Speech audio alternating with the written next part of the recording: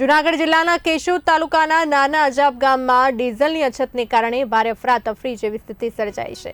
ગામમાં આવેલા માત્ર 2 પેટ્રોલ પંપ પર વહેલી સવારથી જ 150થી વધુ ટ્રેક્ટર, જેસીબી અને અન્ય ડીઝલ વાહનોની કિલોમીટર લાંબી લાઈનો લાગી રહી છે।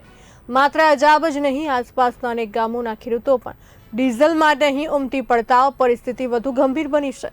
ચોમાસા પૂર્વે ખેતીની તૈયારીઓ વચ્ચે સમયસર ડીઝલ ન મળતા ખેડૂતોમાં ચિંતા વધી છે। મશીન આધારિત ખેતી માટે ડીઝલ અનિવાર્ય બન્યું છે।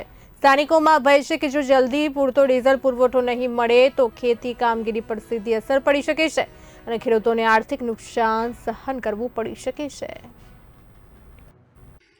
આજે અજાબ ગામે 2 પેટ્રોલ પંપ આવેલા હોય, જેમાંથી એક પંપ ઉપર ડીઝલનો જથ્થો આવતા વહેલી સવારથી જ ખેડૂતો અને અન્ય વાહનો, કુલ 150 જેટલા વાહનો અને 1.25 કિલોમીટર જેટલી વાહનોની લાઈન હતી।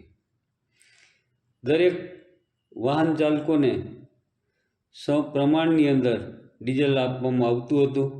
એ કોઈ મુશ્કેલી નથી, વ્યવસ્થા પણ બરાબર હતી, કોઈ ટ્રાફિક જામ પણ ન હતો।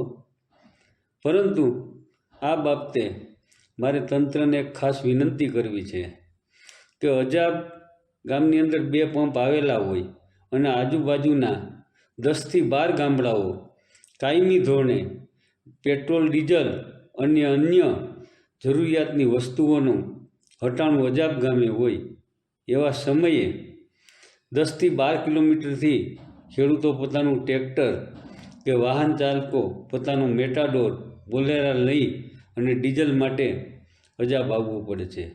એવા સમયે તંત્ર દરેક વાહન ચાલકોને, દરેક ખેડૂતોને 50 લીટર કે 100 લીટરની જે કંઈ મર્યાદા નક્કી કરવામાં આવે તે કેરબામાં